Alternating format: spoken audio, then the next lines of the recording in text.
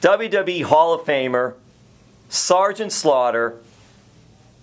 This man right here, he's done it all in the business. And he is a Marine, United States Marine, Semper Fi. Hoorah, Semper Fi.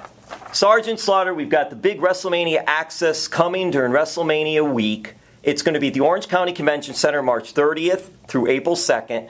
It's a great event for fans. A lot of the superstars past and present are going to be there. There's going to be a lot of interactive stuff for them.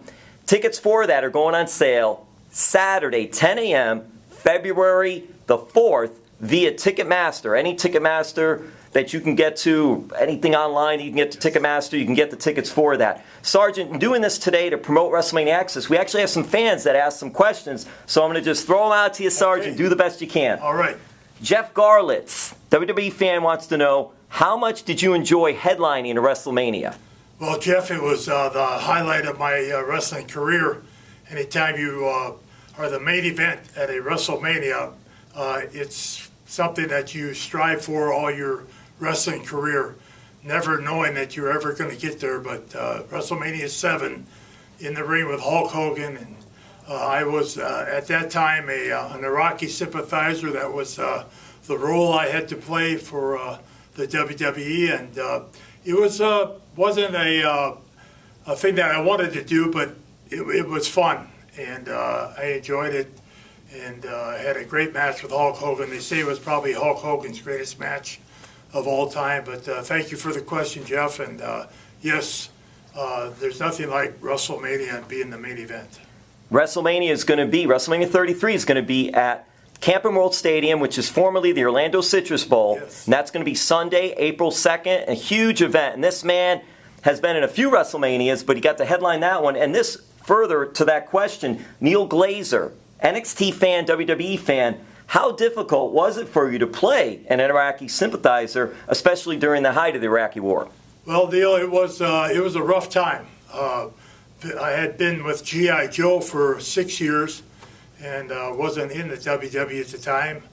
And one Sunday morning I got a call from Vince McMahon, had an idea for me and wanted to know if I wanted to hear it. So I went to his home that following Monday, and he laid out a program of me becoming an Iraqi sympathizer, saying that America was soft and how could Saddam Hussein in a small country like Iran take over, Iraq take over and do what they were doing. And so he said, go home and talk to your family about it, because it could be a little rough. And of course, being the performer I am, I wanted to do it right away. And my wife, of course, was against it from the start. And she was right. There was bomb threats, death threats, not only for me and my family, but Vince McMahon and his family, and threats to blow up our homes and blow up the wrestling offices and the studios. And I had armed guards around the perimeter of my property for 24/7 for many, many weeks and months. And finally, I won the title, and it threw more fuel on the fire, and we just had to do what we had to do, and it was very rough. It was rough, but we got through it.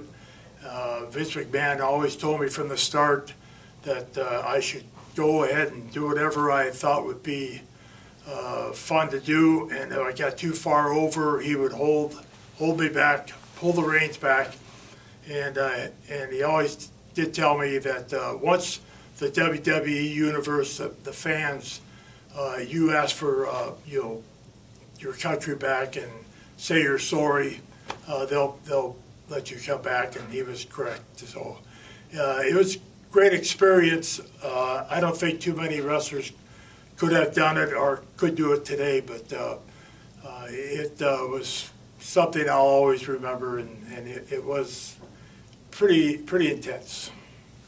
Bryn Gerhardt, WWE fan, what was your greatest match of all time? I'd have to say I've got 4 or 5 that I really, really enjoy. One being the alley fight with Pat Patterson in Madison Square Garden. People say to this day that was the greatest match of all time in Madison Square Garden. along with a match I had with the Iron Sheik, a boot camp match at Madison Square Garden, and people thought that was one of the greatest matches they've ever saw. It's where the winner of the match got to raise his flag, and I won the match, raised my flag, said the Pledge of Allegiance, and later down the road, I met 7, 8 presidents as of now, and President Reagan had saw the match, invited me to the White House, was having a function, and wanted to honor me for my work and patriotism, and you just never know who you're going to meet and who your fan base is. So it was a great match, and always enjoyed that boot camp match with the Iron Sheik. Big fan. He works for WSBN Channel 7 here in South Florida, but he's a huge fan. He always goes to WrestleManias. Chris Van Vliet wanted to know, during the Attitude Era, did you ever take it personally when DX would make fun of you? No, Chris. That was kind of my role as a commissioner. I was the sheriff in a town, as you might say, without any rules, and it was tough. It was all, nobody rehearsed anything. Nobody knew what was going on. We were just told to go out to the ring and say our piece, and everything was all ad-libbed. And when I got to the ring, I noticed that Triple H and Shawn Michaels had a bag, and I didn't know exactly what was in the bag. And before I got to start talking, when I scream and yell because I don't have a bite, saliva comes flying out of my mouth. So they said, "Excuse us, Sarge," and they put these helmets on, masks with windshield wipers, and to try to keep a straight face on that one was pretty incredible. But you're in the moment, and you never know what to expect with the WWE, especially back then when the Attitude Era was going on. And last one, young indie wrestler, also a big WWE fan, Alan Galati. Do you see any similarities and or differences between your era of professional wrestling and today's version of sports entertainment? Well, they're pretty much similar.